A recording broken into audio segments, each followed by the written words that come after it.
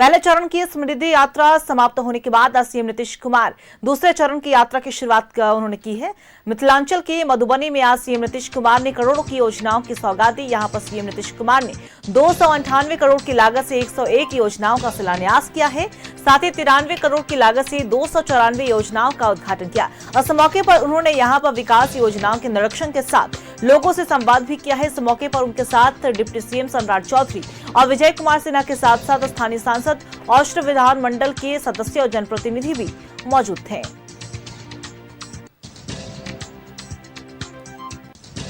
और इसी खबर पे और भी ज्यादा जानकारी देने के लिए हमारे बिहार स्टेट हेड नीलकमल जी हमारे साथ फोन लाइन में जुड़े हुए हैं। देखिए नीलकमल जी, समृद्धि यात्रा के दूसरे चरण का आगाज हो चुका है और मधुबनी को मुख्यमंत्री नीतीश कुमार ने करोड़ों की सौगात दी है, क्या कुछ पूरी जानकारी?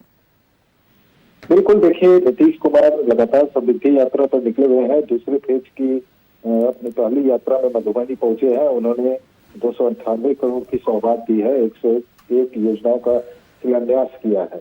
तो मुख्यमंत्री इससे पहले 9 जिलों की यात्रा पहले फेज में कर चुके हैं और दूसरे फेज में जब घूम गए हैं तो जिस मुख्यमंत्री के बारे में बताया जाता है कि वो बीमार है, वो काम नहीं कर पा रहे हैं, आज देखिए पंचायत भवन के छत पर वो चढ़ गए थे डिप्टी सीएम सम्राट चौधरी के साथ और वहीं से अधिकारियों को इंस्ट्रक्शन दे रहे थे और योजना जो पहले से चल रही थी उसके विषय में क्या हुआ है अब तक काम और आगे क्या इस पे करना है इसका निर्देश दे रहे थे। तो निश्चित तौर पर मुख्यमंत्री जिस प्रकार से एक्टिव दिखाई दे रहे हैं तो प्रचंड बहुमत के बाद नीतीश कुमार कोई भी मौका नहीं छोड़ना चाहते।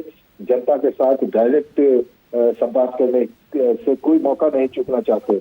यही वजह है कि आज जो उन्होंने भाषण में हिंदू मुस्लिम के झगड़े की बात की है, उसके बाद लालू राज के 2005 के पहले के शासनकाल को फिर से एक बार याद दिलाया है मधुबनी की जनता को, किस तरह से यहाँ पर लोग घर से निकलने से डरते थे।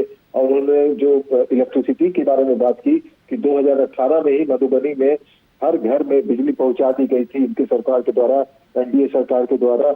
इसके अलावा उन्होंने ये भी कहा कि जीविका दीदी 1 करोड़ 40 लाख है, उनकी भी संख्या बढ़ाई जाएगी और आने वाले 5 साल में जो उन्होंने कहा था अपने चुनाव प्रचार के दौरान कि 5 साल में 1 करोड़ रोजगार उत्पन्न करा करके बिहार के युवाओं को रोजगार देंगे, उसके ऊपर बहुत तेजी से काम कर रहा है। और नीतीश कुमार ने यह आश्वासन दिया है कि उनका जो कमिटमेंट है बिहार की जनता के साथ वो उसे जरूर फुलफिल करेंगे।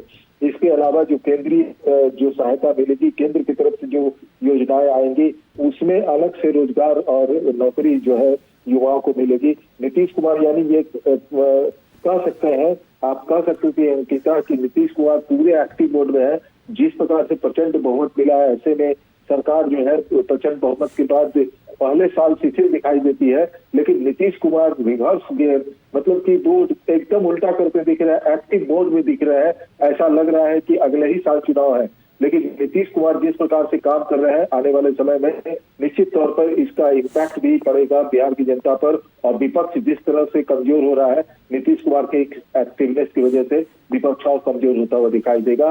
और 2 तारीख से विधान सभा में बजट सत्र की शुरुआत हो रही है, 3 तारीख को बिहार का बजट रखा जाएगा। तो ऐसे में नीतीश कुमार जो मुख्यमंत्री है वो जिस प्रकार से एक्टिव नजर आ रहे हैं, जाहिर तौर पर विधानसभा में भी इसका असर देखने को मिलेगा। अंकिता, चलिए बहुत बहुत शुक्रिया आपका तमाम जानकारी के लिए नीलकमल। तो बता दें आपको कि पहले चरण में 9 जिलों को रफ्तार मिली और ऐसे में दूसरे चरण का भी आगाज हो चुका है समृद्धि यात्रा का। मधुबनी को सीएम ने करोड़ों की सौगात दी है।